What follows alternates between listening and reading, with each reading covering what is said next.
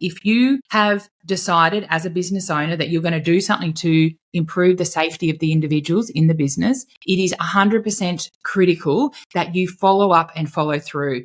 What that means to you is if you see someone not wearing a helmet, they are given a warning. They are said, that's the way that things happen in our business. If you choose not to do it, you won't have a job here. People don't do what we expect. They do what we accept. So while we have expectations, we do not manage against them. Okay. And I see that to be one of the most critical changes that we can make to exhibit safety leadership.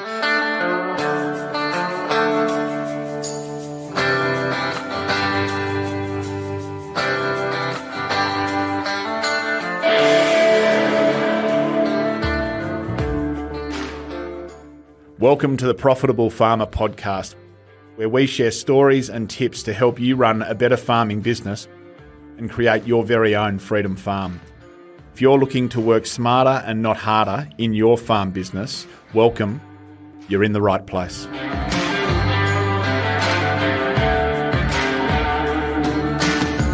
G'day everyone, welcome to Profitable Farmer. I hope this finds you incredibly well. It gives me real pleasure today to welcome Rebecca Fing to our podcast. Rebecca is the founder and director at House Paddock Training Consulting, which is an incredible business providing a valuable service to farming families across Australia. Importantly, to help them provide a safer and more strategic and productive work environment. Rebecca and her team have been working in this intently for almost 20 years. Based in Goondiwindi, Beck provides business strategy, work health safety and HR consulting services to farmers and small businesses and runs really valuable training and workshops to provide practical advice and tips to get the HR, the work health safety and the big business strategy job done. Having been on over 600 farms across 6 states, Beck's seen it all. She's seen it done well and not so well and loves sharing what she's seen and learned along the way. Beck hopes that better understanding and some practical tips will give business owners and farming families real confidence to make a positive start in the work health safety space rather than shy away from it. Beck runs accredited training programs in work health safety, an online work health safety boot camp, and provides strategic advice and consulting services to industry groups and private businesses. I'm really interested to interview Beck and see what she sees when she arrives on farm, what we do well and what we don't do well. And I think there's no doubt over the next 3 to 5 years that the requirements on us to be compliant and highly professional in how we set up our farms and manage our teams is going to be more important than ever. So great to interview with Beck and welcome her to Profitable Farmer.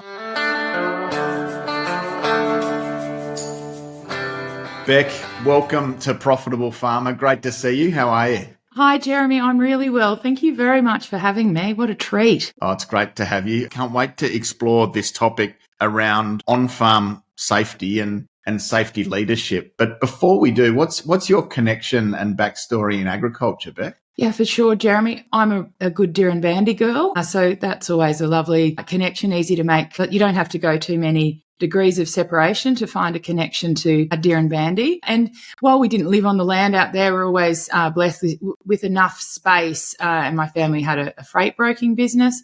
But for the last 20 years, we have been in ag as a family business. So we've got some country Goondiwindi and also east of Tamworth, where we've got some livestock and lucerne and plenty of horses as well, Jeremy. But that's probably not where my experience has come from in ag. I did rural science at UNE. I thought I wanted to be an agronomist. Which, still have a lot of respect for the trade and may have married an agronomist, but realised pretty quickly that more the human side of agriculture was where I saw myself. And so I've gone on, started my career in extension, actually, in industry, and I love that sort of connection between information and knowledge and research and even, organising people into workshops and groups. So, and then eventually I went from, the tea and scones girl to the person who was actually brought in to share some thoughts. So fast forward a little bit, established established our business, House Paddock Training and Consulting. Well, it's 20 years, Jeremy, so that makes it 2005. I think it's actually 2004. So being a good country girl, maybe that looks like a bit of a 21st this year for House Paddock. But since that time, and look, as you'd appreciate with your incredible business, the way it started and where it is now is a little bit different. But we've always had some great opportunities to work with businesses along the way, you know, in a training capacity, extension capacity, project management capacity, and had some great clients, both business to business ag clients, but also industry and departmental style projects we've had the privilege to work on. And to sort of round back to the safety space, it's always been a really common theme for us and something we're really passionate about making. I'm going to use the very simple word doable because I feel that there's some fairly solid myths that float around and bringing safety back to why it's important. We also help businesses with business strategy and planning and HR. So really back into that sort of business strategy side of farming, helping people be the best versions of themselves and make sure that we are running. And we've spoken about this at length, Jeremy, running a professional business. We've got great businesses out there that we sort of, you know, without too many generalizations, you know, some of us could do with a little bit of a polish up. So that's a little bit of background on me and House Paddock if you wanted to explore any of those concepts. But yeah, it's been a really enjoyable and wild ride. Yeah, well done. And yeah, business ownership has its challenges. So congratulations on 20 years, Beck. That's an amazing milestone and look forward to hearing about the first. It could be good. Awesome. Could be good. When you go on farm and drive up that driveway of a typical Aussie farmer, what do you arrive to? What do you see around where they're at with regard to that professional conduct and work health safety? Probably could answer that question in a number of ways, Jeremy. Firstly, I'm going to say, obviously, it's not all apples and apples, and also the scope that we do see is from A to Z. But I will say very excitedly that what I see now compared to what I saw 15 years ago, I believe is different. And there's a really, some people have made a micro change and some people have made some really significant and incredible change over the last 10 or 15 years, wanting to drive and look, let's own it, profit and productivity in their business, but also shifting towards running more compliant businesses, really putting the people at the centre. We do a lot of work with in corporate agriculture, but we also do a lot of work with multi-generational family farming businesses. What I see is, look, I wanted to say then an open heart and an open mind to change,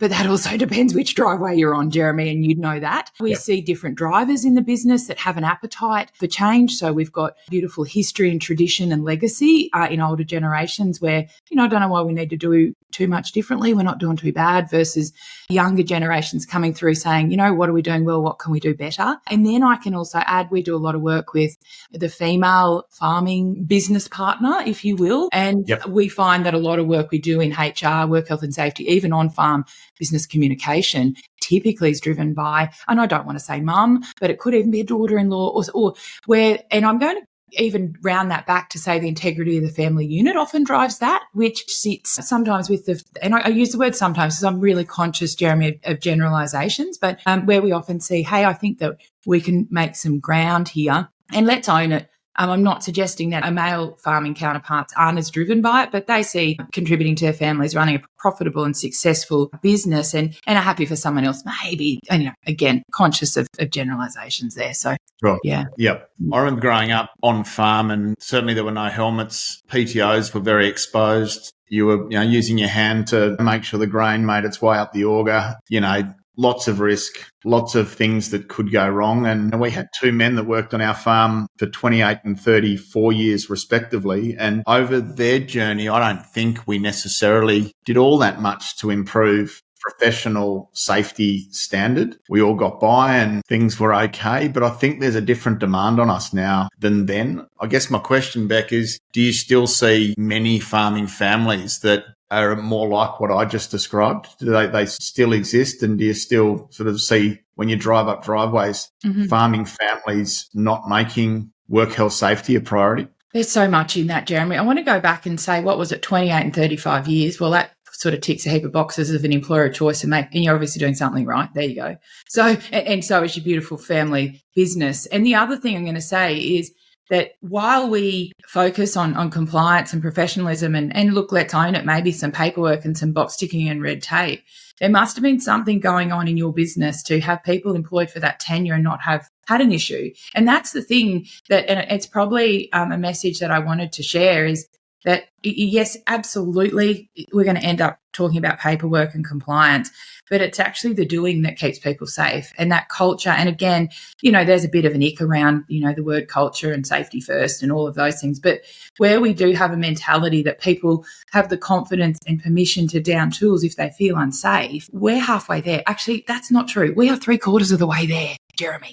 So look, and I know that most people will be listening to this rather than watching it, but my face when we're talking about, using our hand to clear an auger flight, or, unguarded machinery, blah, blah, blah. Look, are we seeing it? Yeah, absolutely. I've been on 600 farms in 6 states. I've seen things done really well, and I've seen them done pretty shittily. So, but I also think that even if we do have businesses that aren't actively contributing resources, time, money, energy to improving work health and safety, I think the awareness and mentality towards making sure people go home at the end of the day has shifted and is there. And look, let's own it. Who intentionally goes about their business not caring if someone is injured or killed? And I'm going to add a little bit of a something in here and say that the only agenda of the Work Health and Safety Act of 2011 is to ensure people aren't injured or killed in our workplace. And we were doing such a crappy job, they made it illegal.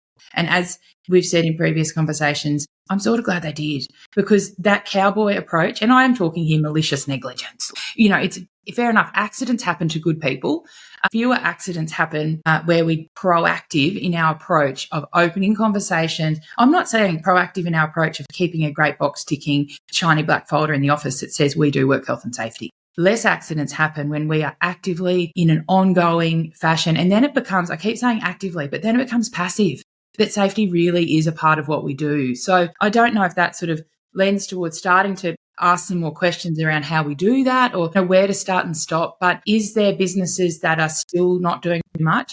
Yeah, but I'm thinking that they're thinner on the ground than they were even 5 years ago. Great. Yeah. What's required of us now? How do you describe what we should be doing now and what our requirements are and responsibilities are as a business owner? Yeah, for sure. Have we got a 3-hour podcast happening here, or how long? No, being facetious. I can wind it down and we'll keep it high and firstly say not to injure or kill people in our workplace, okay? And the next part of that question is we need to do whatever we have to do to ensure that happens. Yes, absolutely. We are governed by some legislation and regulations and codes of practice and industries and Australian standards that will give us the guidance and support of what we have to do. The first thing we need to do is make sure that we are having really active consultation in our business. So that is making sure there's a two-way, and this is a very implicit legal requirement, to make sure there's a two-way conversation that happens, not just notification, but seeking input, providing information, just working within your team. And there's a little bit of a kicker here around cooperation and coordination, because sometimes, you'd be very well aware of the other arrangements that exist in our farming businesses, share farming, my neighbour uses my cattle yards, contractors. So that coordination, cooperation and consultation is probably number one. And interestingly, had a really good conversation yesterday with a senior inspector from Safe Work New South Wales. I have a real privilege of a relationship there, and I liken it a bit to a police officer, a driving instructor being mates with the police, because I want to know what I'm telling someone is in line. And this fellow said, the reality is we don't get to see a lot of the businesses that consult well. We get to go to the ones that don't. So number one, Jeremy, that we can do is consult. We also then have a duty of care and some due diligence requirements that we need to put in place. So from there, we can start talking about induction, emergency preparedness, training, incident reporting. So there is a suite which we sort of see as paperwork and box ticking and red tape. I see it as an opportunity to induction, for example, ensure people know what's required of them, setting expectations from the outset. So there's that suite of due diligence. The other thing that's unique about farming is typically in industry, we're either doing, and when I say industry, broader industries outside of agriculture, where we've got a dangerous environment, we're doing safe things. We've got a safe environment, we're doing dangerous things. Well, we got the double whammy. We've got a dangerous environment, which changes really readily. And we often do dangerous things in it. Some of our activities are particularly high risk. So making sure that our workplace is safe, and that's a bit of basic risk management. Don't want to use too many unnecessary terms, but making sure we really have our eyes and ears open, and that of our team. Jeremy, it's okay for you as the business owner, manager, what we now call a PCBU, the officer of the business to be thinking about how you can make your workplace safe. But you might have a workshop manager, a grader operator, or, a livestock bloke he's the eyes and ears of your business. So making sure they've got capacity. And also my favourite word in work health and safety is confidence, because if we have got the confidence to say, hey, Jeremy, I'm a bit worried about this. And then it's how we respond. So really the three things we are required to do to get ourselves to where we need to be is to consult, to show some due diligence by way of making our dangerous activities safer. And then thirdly, make sure our workplace is safe. And that all, at the end of the day, absolutely keeping some records and evidence of the above falls in there. But I hope that we prioritise the doing and the paperwork becomes secondary. And I'm going to say too, I'm supporting some businesses at the moment who are going through fatality investigations, I would rather be working and supporting, and I say supporting, I'm talking about as a professional consultant, I would rather be supporting businesses that have got a great culture and are doing the thing with marginal paperwork than businesses that have got really great paperwork and the culture on the ground's not ideal. Because at the end of the day, it's okay to have the paperwork in place. If it's not, there's no follow-up and follow-through. And also people aren't familiar with the purpose and the idea of the policy and the procedure and whatever that is, it's not actually going to protect you as much as people probably think, Jeremy. So that, if where do you start? You start with some of those things, but you start with having a yarn, a conversation and doing what you're doing. You know what? Here's a simple question. Go on, ask your family, ask your team, what are the 5 most things that worry you from a safety perspective? And you're going to have someone say, that power line between the workshop and the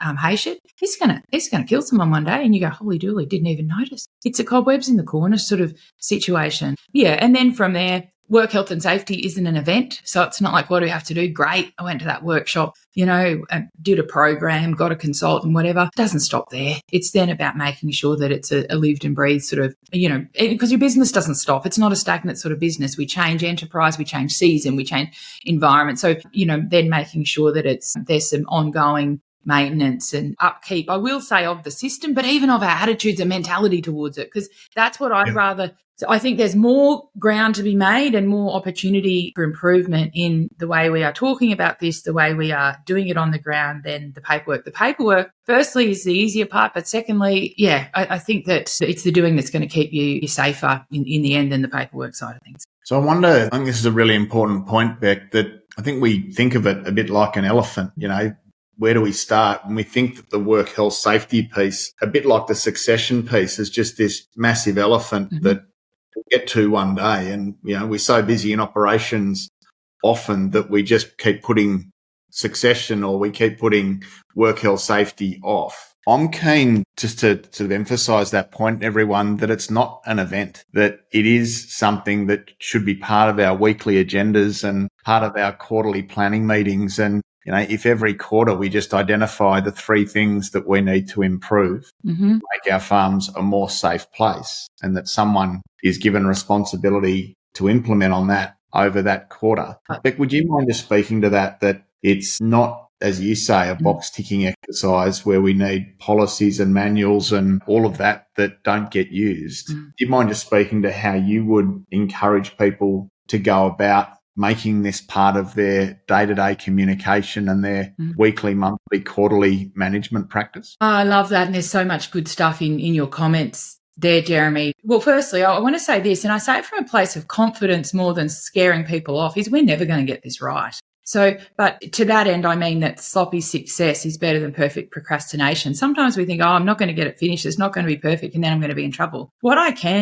I'm going to say promise you is that if you are showing intent and doing what you can, you're in a better position. And then that is a promise. You're in a better position than you were stalling it because you are worried about not getting it perfect.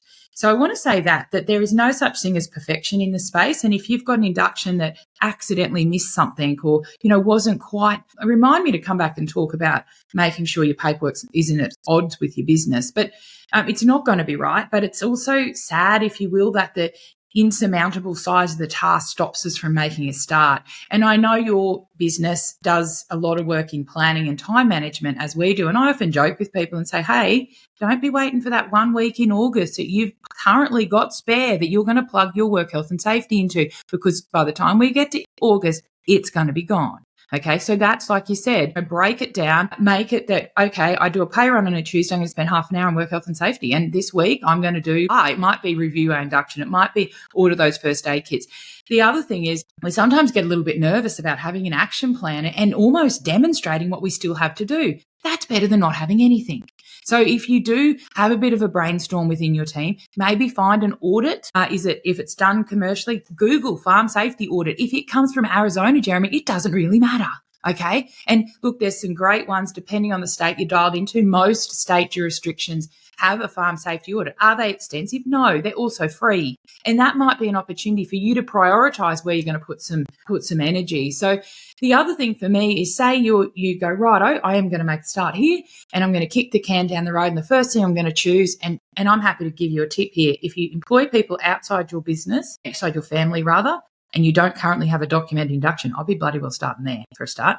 If you don't employ people outside your family, and work health and safety and the safety of everyone is important, have a look at an emergency plan. If there's fire, medical emergency, and making sure people can raise contact, that they can get emergency services to you. But at the end of the day, if you pick and choose these little tiny bits and bobs and bolt them together, and each week you contribute 5%, you make a 5%, 2% improvement, let's do the maths. And if something happens and you're 30% along your journey of improving work health and safety, because you couldn't find a week, which I couldn't find a week, Jeremy, could you? But if you're finding moments in time where you can collect yourself some improvements, you're going to be 30%, 50%, 70% better off than what you were with nothing. So I think that's probably, and I go back to my word confidence, I want to give people the confidence to make a start. And that's if that is the only outcome and they go and do two things that they'll be meaning to do, it might be fix a sign and get the guy to come and check the fire extinguisher, or have a chat about it, reconvene, whether it's a family meeting, a staff meeting, a toolbox talk, whatever that looks like, have a conversation. So that's where knowing we aren't going to get it right is not a reason to not make a start. And I think that's probably something, and also, again, we're hearing less and less, but still enough, I don't have any time for any of that safety stuff. Look, you don't, if you're finding yourself where you're consistently saying, I don't have any time to, whatever it is, review the stuff with the NHVR to make sure we're meeting our requirements when we're, carting our own products. You have a choice. You could be an employee and let it be someone else's responsibility. But whatever we're owning or managing a business, we do have some requirements in this space. And when we talk safety, there's a real kicker here. We can talk legislation. We're also talking lives. And I will often be heard saying that what keeps people awake at night after a serious injury or fatality isn't the inspector. That does have every right to come onto your operation. It's the conversations I've had with someone's loved ones. If that's, choose the angle you need to choose the filter you need to choose to make a start. But whatever it is, don't put off making a start, not getting it perfect, making a start. You mentioned a few places there where we can start, but what are the non-negotiables that, to your point, as business owners responsible for this, that we should prioritise? The first three things you'd have us do. Good question. If I go into a business and they employ people outside their family, Jeremy, and look, I keep saying outside their family, we don't want to kill anyone, and we definitely don't want to kill our family. We definitely want to kill someone else's family member. But we have some different obligations. And again, this is a little bit state-based and we're not going to deep dive into it, but there is an obligation if you're employing people outside your family. There's a little slightly different tweak on it. But so for me, if I go into a business that is starting from scratch, but also if your listeners are listening in saying, I'm not starting from scratch, we've got a pretty solid system, these are the three things I would either put into place and or review. Firstly is an induction. And I made the comment to remind me earlier that I see lots of inductions and I'm like, oh, this looks pretty good. This 60 pages of gaff. Do people know this exists? Do they read it? Do they follow it? And they're like, yeah, look, we knew we needed an induction and we found this one online. And I'm like, look, I will say at this point, don't reinvent the wheel in anything. There's too much good stuff out there for you to start anything from scratch. So hit Google before you go any further. But with an induction, it's where I would start. And I would also make sure that whatever I have documented in that document is in line with what happens in the business. I'd also make sure if I'm starting from scratch and or doing a bit of a level up, I would engage the team and sit around and say, hey, this is our induction. We think it's a bit poxy at the moment and no one really really follows it. Let's make it great. And I love the energy that shifts in the room if I'm ever involved in that conversation, where you might have people, you think, oh, but he doesn't even care about this stuff. Yes, he does. And you say, mate, you know machinery safety better than me. How can we make this machinery operation and maintenance policy better? Oh, well, we don't do that. And I reckon we should be doing this. And the ideas that you can get from the grassroots are incredible. To make that a document that in our inductions when we work with businesses, it's actually called a handbook, because it's okay to, get them to read and sign that they've understood it and read it. And at the end of the day, we want it to be their Bible. Firstly, I'd start with an induction. I'd make sure that it reflects what happens in the business and there is follow-up and follow-through on that document, meaning that you don't just set it and forget it. It's like, okay, we've said we're going to, for example, wear a helmet, or we said we're going to do 20K an hour around the, workshop and housing compound. Does that happen? And if not, why not? Because it's important enough to encourage people to do it and document it. And we want it important enough to have that follow-up and follow-through.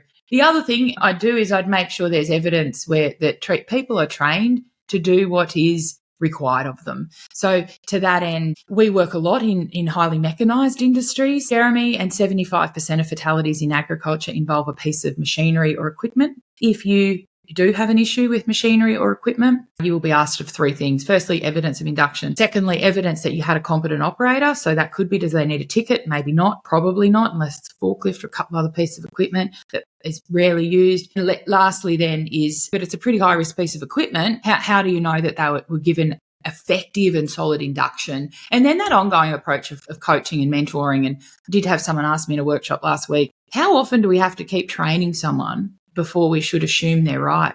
I said, do you want to answer that question yourself? Because you keep training until you know they're right. Firstly, we're not making any assumptions. And if you need to do a factory reset on someone every day, we might end up in a performance management situation because they're not capable of the job. But, don't go, oh, well, I've trained him 3 times, I'm quitting. He can just do what he wants. Rubbish. So yep. I always say that instance and a very different theme we can explore later. The biggest issue with work health and safety is HR. Let's come back to that. The third thing I would do, so I said induction, training, and a record. When I talk about a record, get the doing right. The record, I hope no one outside your business ever sees it. And that training register, for example, is more going, holy dooly, our chem cert's about to expire. Or, holy dooly, we want that as a record for us to run good business.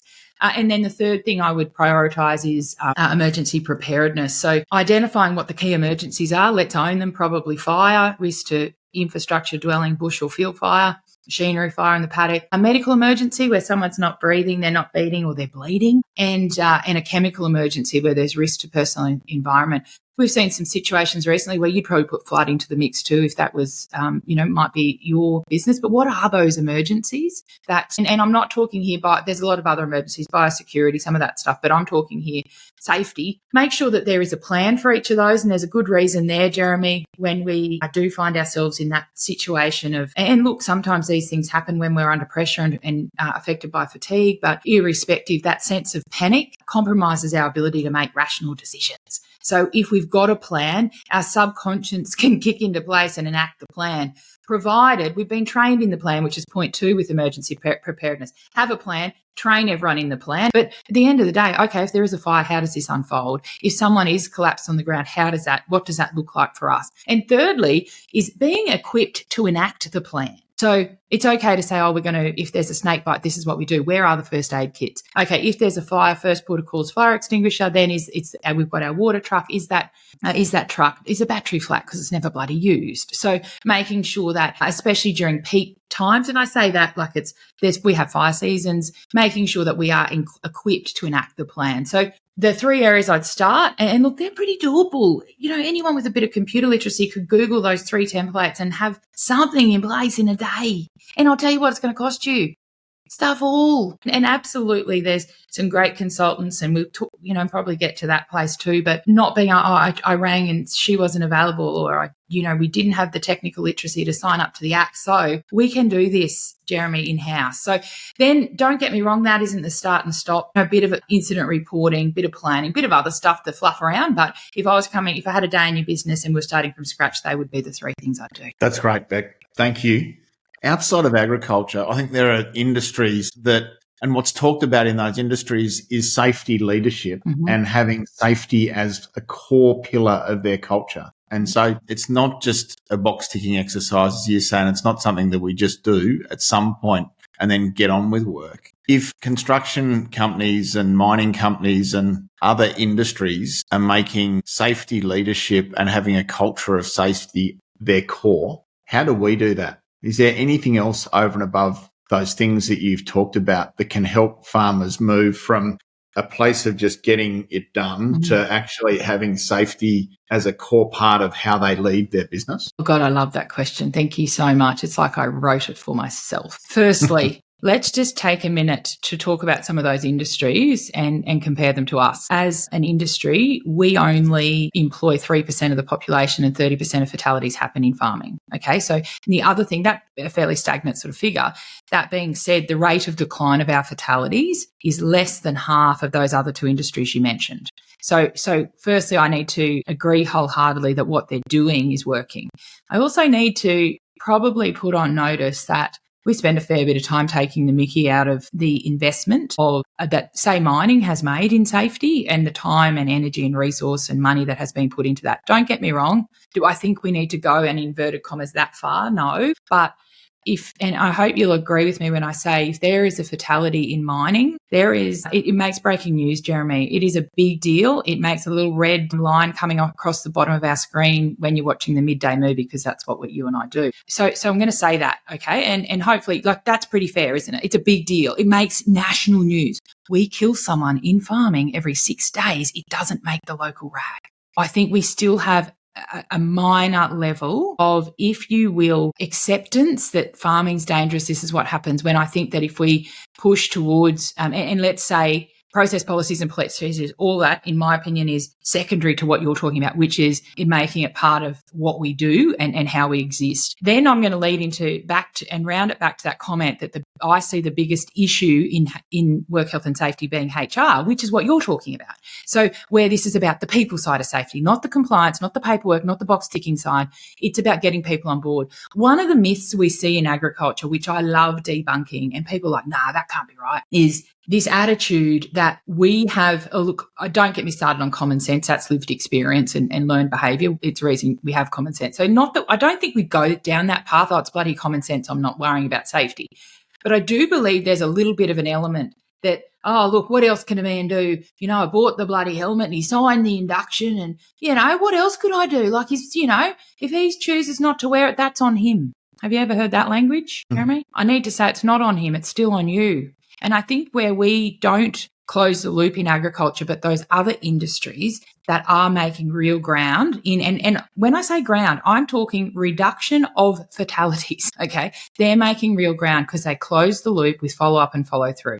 So and I'm happy for this to be my absolute take-home comment. If you have decided as a business owner that you're going to do something to improve the safety of the individuals in the business, it is 100% critical that you follow up and follow through. What that means to you is if you see someone not wearing a helmet, they are given a warning. They are said, that's the way that things happen in our business. If you choose not to do it, you won't have a job here.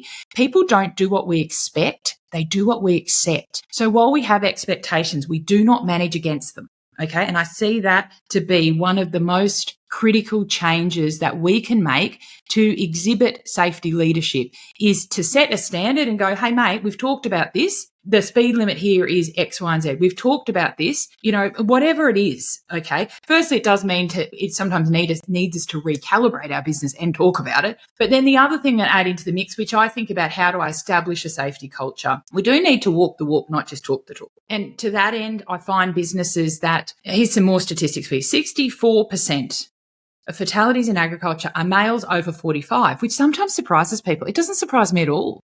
It's because part of our approach to safety is I don't have to worry too much about it because I'm the only one that does the dangerous stuff. So if there's a windmill to climb, if there's a silo to clean out, if there's a piece of machinery or equipment that we've joked about being a death trap, it's at the senior, more experienced members of our team and sometimes our business owners and managers that are operating that machinery doing that task, okay?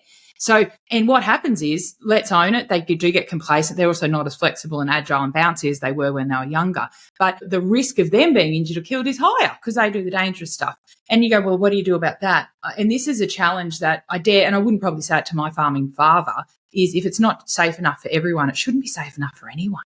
I think if we go back into construction and mining, it's not the lead contractor that's doing the dangerous stuff. Okay, it's no one, because we don't do dangerous stuff because we don't want to kill anyone. So walking the walk, following through on our expectations. Also, this is another one I think is a big one for us in agriculture, is we say, I probably should make sure people, report to us, come to us if they've got a concern, come to us. And then someone comes and says, hey, Jeremy, I was driving Bertha the old water truck and I think her brakes are a bit dodgy and I was a bit worried. She got away on me down the hill. And you go, oh, Bet, come on. Like, she'd been like that for 25 years, haven't killed anyone yet. Or whether it's make light of a report, if you will, I'm not saying a complaint, but where someone has genuinely come forward, which is their responsibility as an employee to tell you about a hazard. Or we say, or we say, hey, I'm not really comfortable lifting that 40 kilo bag into such and such. You say, oh, if you want a job around here, mate, that's, toughen up. So my summary of that will be is be careful how we respond when people come to us with a concern. Even though we've normalised a substandard of behaviour, if it's not, we need to take them seriously. And I'm going to add a kicker here. So take them seriously and genuinely and go, yeah, actually, fair point, mate. Let me look into it.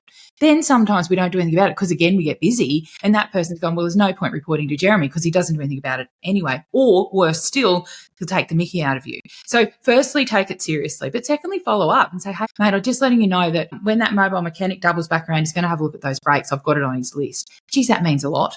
So the follow through of those reports, I don't want to call them complaints, but concerns. My other thing there is let's make sure we do that in the first instance. The second instance is let's add in, irrespective of the weather forecast, the fact a truck's waiting, the fact you've only got 2 runs to go. And I'm going to qualify that by saying, I've brought the such and such back into the shed. I'm worried about this. Are you serious? Have you not seen the weather forecast? Are you serious? You had 2 runs to go. Are you serious? There's a truck waiting. Or are you serious? Like, we're all buggered here. We just need the job done. So irrespective of the bloody forecast, who's waiting on you, the job, how tired you are, I'm going to say people should have the confidence to down tools when they feel unsafe, or feel they have the permission, even more so, permission to down tools irrespective of the situation. And I think that's where we can make some great ground from a cultural perspective. That's it. And for me, that's the conversation we have as owners with our people ahead of time so that they feel okay to bring that vehicle in if it's problematic in the heat of the season, for sure. Yeah. And it's like, it's all right, mate, keep up, or we'll fix it when we finish. We only got a week to go. And look, hey, guys, I need to be really honest. If there is an incident on the back of that suggestion, and that we're talking about malicious negligence there, because I've said to you I'm worried about it, and you've said I'm going to put productivity and profitability over safety. So that's where I just do want to reiterate that. If someone says, I'm a bit worried about my tyres, Jeremy, they're looking a bit wild, and you go, in my work bit, and you go, mate, there's 5,000 Ks left in that. Do you think we're made of money? You want to hope that bloke don't blow it up. And so that was my next question, Beck, is if I make that passing comment, there's another 5,000 Ks on those tyres, and something extreme happens on that employee's way home from work, how does that play out? What's the cost? What's the impact? Certainly there's a massive cost on that family, and it would shake the community. But what's the practical impact back on the business? I really want to take a leave pass on this question, Jeremy, because it isn't pretty. Do you know, if it's like, no dramas, book it in to the tyre shop, 100%, I reckon we're in a good position. If it's you're being touchy, our maintenance budget's been expended this month, we are putting profitability and productivity over safety. And you have taken that person's concern and all but put in the bin. So what does a washout look like? Not pretty. Do you know, and if that was my son and he came to you and said, Jeremy, I'm worried about my tyres, and you said, keep up it, stop being a sook, I actually wouldn't be happy either. So what's the answer? We're talking precedence-based legislation. They'll find another business that was in the same position, didn't take a concern seriously, and I don't think I wouldn't like to be in your position. There you go. Yeah, and again, we're not talking about paperwork here. That is culture. Yeah. So that comment is the difference in how many hundreds of thousands of dollars your fine is. And if that is a case like, oh, mate, if your team then turned around and said, oh, it wouldn't matter what we had to do, he'd hate to think that he would always tell us to do things that we didn't feel comfortable. We were always telling him we weren't safe. So let's talk about that and where we land. I don't care if you've got a shiny black folder because you're that operator that thought ticking the boxes and paying someone like me to put a shiny black folder on your bookshelf, tick, safety, done. And then every time like, hey, Jeremy, we're out of goggles. It's all right. Share a pair. Or fine, that's on you. If you blokes keep losing them, I'm not going to keep replacing them. Like, we see that mentality. We do. But so let's sit that to the side. We've also got a mentality where our paperwork is not great. And I'm going to dip in and maybe say it was your family business to have those incredible operators for so long without it, and with or without injury, where if someone said, oh God, Jeremy would have been horrified if he thought we felt uncomfortable and unsafe and that we didn't tell him. Those 2 lines in the box in a courtroom, that's not paperwork based, but that is what your judgment will be determined on. And let's own it. The only aim with work health and safety is to get to that situation and say we did what we could have, rather than if only we had have.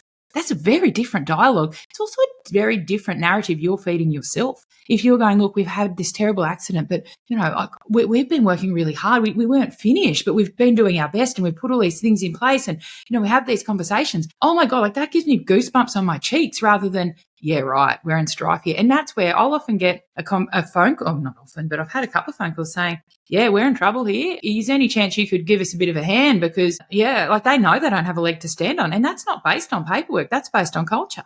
So I think that's where we get caught up and say if our one piece of paperwork's missing, I reckon you're going to be okay. If the one piece but your team have collectively said, Jeremy's priority is for us to go home to our family. He always says that. And we get chipped if we do dumb stuff. If he sees us without a helmet or without the goggles on or just doing something quickly and cutting a corner, he's onto us. And if someone says to your team, does Jeremy care? They'll be like, oh, yeah, man, more than anything, more than we're home and hose, Jeremy. Yeah, and I think it sometimes surprises people in agriculture. It's like, we did everything we could and we missed this one piece of paperwork. The word apparently is used too often in work health and safety. Or apparently if you don't do a daily this, then I'm like, who says? Have you seen the washout of an investigation? I have. Big Mama gets a bit excited, Jeremy, about this stuff because this is where we can make the most ground, my friend. Well done, Beck. Your comment there, we did what we could have rather than if only we had have. It's a ripper.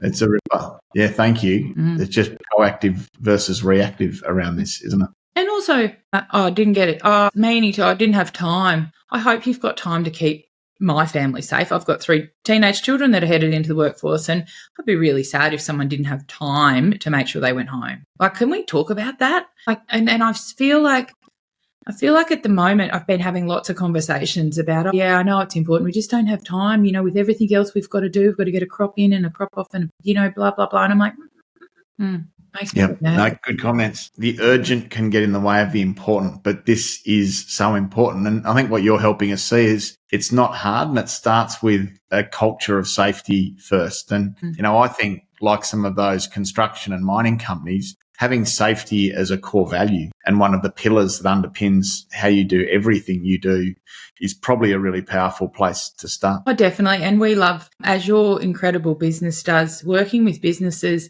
on exactly what their values are. And it doesn't really matter. And sometimes I attach safety where we talk and we do, like you do, some support businesses in this strategic space, because sometimes I'm like, wow, I can put a work health and safety management policy in here. We've got no communication structure. We don't have that handle on what that strategy looks like to make sure it keeps going as well.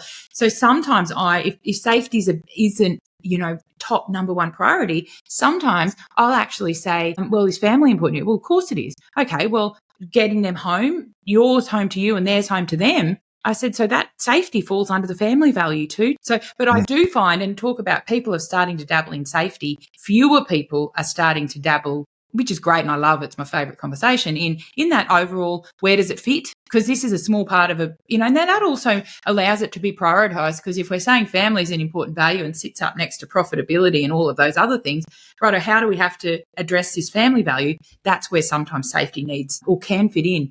You're right, though, when we talk about pillars of business, the corporates do a great job. They also have officers who are their board of directors who they report to, and those officers have responsibility to mobilise resources for safety. Okay, so then that's where we do have that structure and system and provision in place to work safely. Our family farming businesses are slightly different. I say it again, corporates have done us a favour because they've shown us how we can run these really hyper-professional farming businesses. And also, a lot of their resources are, relatively available to us. So, that's where, having a look at what people are doing well and learning from others and having a think about those businesses that you do consider to be in the top 5%, I'm pretty confident they would be compliant. Contractors on farm, Would you mind just speaking to our responsibility when we welcome them into our paddocks and wool sheds and other things? Love it. Absolutely. Again, another little myth to squash is that, and again, say this in inverted commas, I don't have to worry too much about them. They're a contractor. They're their own responsibility. They're not I use contractors to manage my risk. That's not actually the case. Contractors fit under this banner of workers in the workplace. So we need to keep them safe. I will say at this point that contractors have their own suite of responsibilities. We're doing some work in industry at the moment supporting professionalisation of contractors, because what we're seeing is that producers are wearing the risk when a contractor doesn't meet their requirements. So contractor doesn't induct their staff, and it has been through the courts and the precedent has been set that the employing farmer paid the price when a contractor didn't meet the requirements of his team. Okay, I'm going to add this in. It's not your responsibility to meet them, but it's your responsibility to engage a contractor who is meeting their requirements. So to that end, the only reason dodgy contractors exist is because we continue to employ them. In construction, they don't employ if the contractor needs to give this suite of information before they come on site, don't they? Okay. When we're just to have these contractors roll in. But our responsibility is firstly to employ professional contractors. But secondly, bona fide contractors, we're not going to get into the HR talk of whether or not they're actually a contractor. But then when we do engage a bona fide contractor, they might know their trade. They might know their equipment, their machinery. They know their way around shearing. They know their way around harvest. They know their way around an electrical, circuit board. They don't know your farm, Jeremy. So for me, the contractor piece, our first focus is around access. So emergency preparedness, a basic induction that covers, is there don't bring your road train to collect grain around this. This is not a road train route. So while they might know how to drive a truck, they don't know your farms. Safe access to your operation is important. Also a bit of responsibility there. Who's doing what? Are you using our unguarded auger? Do you have access? Is there mobile phone range where you are? No, but we're on channel 14. The other thing we specialise in agriculture is a good mud map. You can't give an ambulance a mud map. So while I might say we're 25k down the old Boomai Road, then hook left at Sunny Ridge Road and we're down there 10k, I can't say that to the ambulance. So as well as when we are negotiating with our contractors, it could be, and I encourage our producers to give some basic information in text, in email that says, and by the way, while we've given instructions or directions, we are 1468 Old Boomai Road for emergency purposes or for any other purposes. So it's around access really with contractors. Then I'm going to go one step further and say, if you do employ a contractor and you're a bit worried that they're not meeting their obligations, if you still want to use them, step up and meet them for them. So if you've got a contractor that's coming in, that their staff are, big team to do, for harvest, they've never seen induction. Do you talk about night work, fatigue? Are you required to? No. Will you be held responsible if they're not doing it? Yep. So again, this is about the risk stops where the negligence stops. Okay. So if they're not meeting their obligations, you meet yours. So I guess the summary of that is safe access for contractors and acknowledging that we have a shared risk with them, not I don't have to worry about them. And that makes sense. Actually, basic induction, I'm talking, it can be 4 or 5 dot points in an email and a farm map for all I care. Something's better than nothing. People are like, yeah, that makes sense. I need to add here, though, people often say, yeah, but we've been using them for years, or say it might be your agronomist or your reseller or, your vet. It could be that you identify your top 10 contractors and send a little email saying we're improving work health and safety, just so everyone's safe in our business. Here's some key points. Fresh running water here. We have no mobile service, but there's usually someone on channel 14. We always appreciate a call before you arrive. This is our address, and also please don't use any of our equipment without prior approval. That can be a generic email that goes to everyone. It might then be that obviously you step up with your shearers and the guys that are around the silo complex unloading or loading grain, they might get a little bit of extra. But there can be a bit of a blanket, again, that 10, 20, 30, I'm going, that's a 50% email in terms of, managing some of your risk. But also, again, we're talking paperwork. That's actually good information to give, isn't it? Like we had a contractor coming to load grain. He collapsed and had an asthma attack. He went to pick up his mobile phone, had no service, but also didn't know his address, our address. That's not something you want in your conscience, where you told him you're on channel 14 and he was given makes sense. Yep. Yeah, it does. That's brilliant. Now, there are some useful platforms to support us get this right. So once we've started it, leadership and we've got a safety culture and we're communicating and implementing and improving often. Systems like Safe Ag systems, I think, can be really compelling to help people get the infrastructure around this and the box ticking element nailed. Would you mind speaking just maybe 1 or 2 or 3 platforms that you recommend to farming families that might help? Yeah, definitely. I want to say more generally and upfront is sometimes we do get a little bit married to picking the right mechanism of how this happens. I don't mind if something's on an app and something's in a folder in the old fridge in the workshop, and something's in the drawer of the ute, and something's in the folder in the office, and something's on text message. So it doesn't matter how we bolt together our requirements. The one, do you have one neat platform that hosts your work health and safety management system will never be a question. Okay. So that's probably one thing I want to put up there. So, and we've had some beautiful conversations about Safe Ag Systems. It's a platform that we both highly respect. It is a program built by farmers for farmers, and I look forward to exploring and continuing to work with Safe Ag Systems. We have lots of clients that we work with that work with them, and going forward, I think that that's something that we will definitely mature and consolidate. There are some great apps like Safe Ag Systems. If we're without any, commercial interest, absolutely, I'd recommend. If you're looking for a digital platform to house, and you have people with a reasonable level of digital literacy. Let's face it, Bob's been with you 30 years. He doesn't want to use Safe Ag System because he's not great on his phone, but he's on Sportsbet and he's sending you photos of his kids. Okay. Bob ain't keen on Safe Ag Systems. He's using digital literacy to hide behind it. So be careful. Call, you can make any change, provide the coaching and the time and the tools and the training to make Bob compliant, and say, hey, Bob, this is the way we're going to go.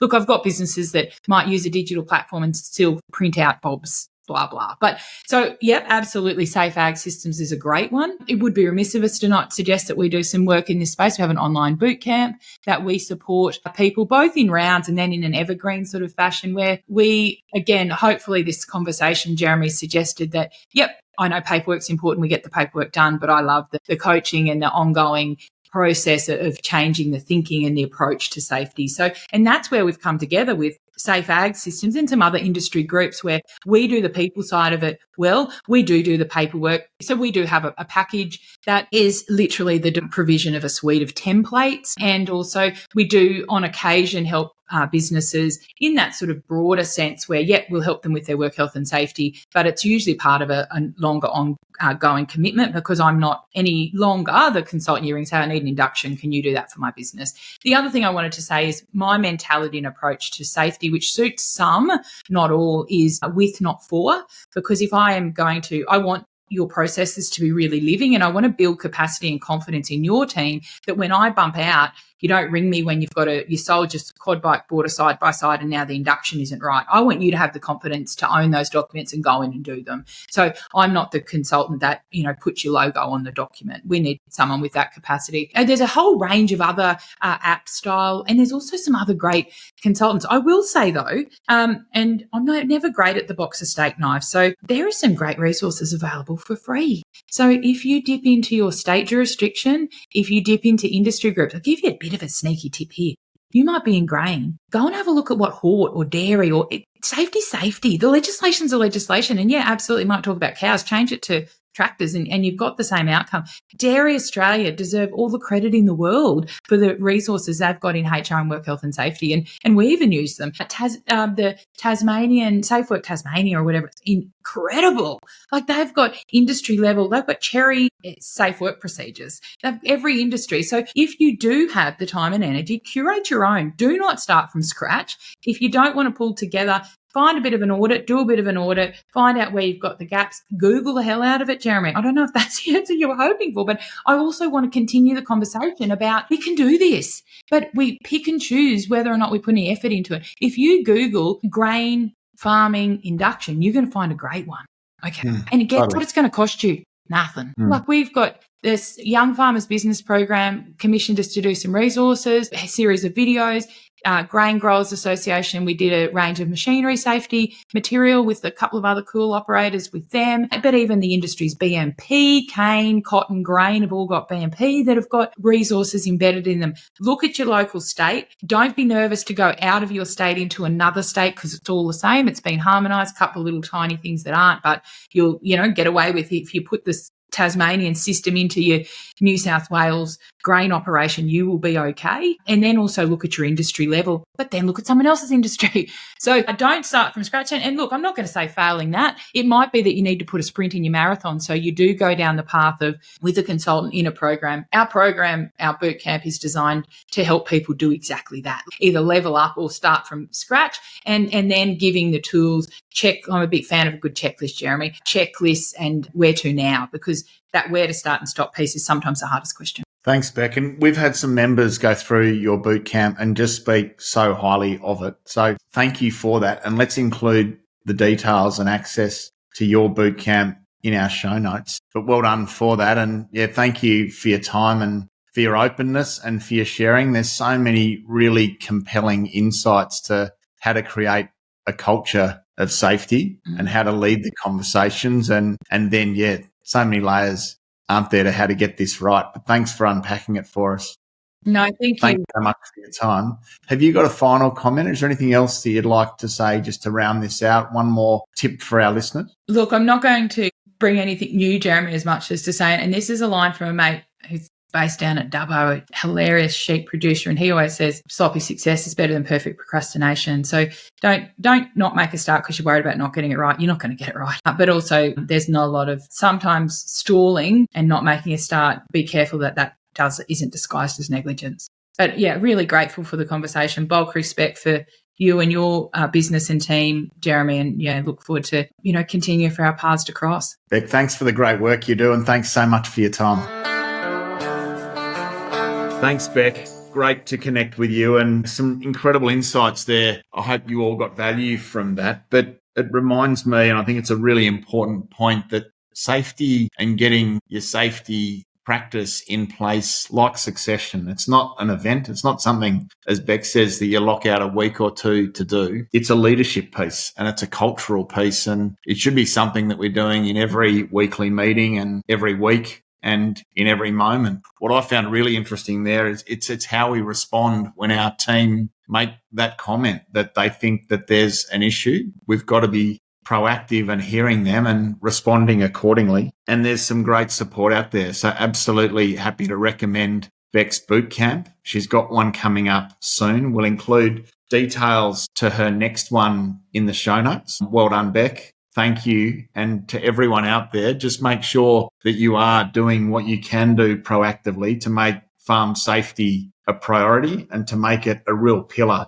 of how you go about what you do each and every day. Thank you, everyone. Take care and bye for now.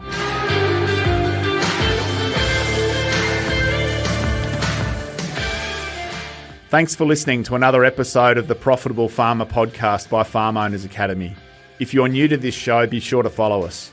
If you've been a long-time listener, let your friends know about us or come continue the conversation in the Profitable Farmer Facebook group. All the best as you grow your business and create your freedom farm. Until next time, keep being incredible.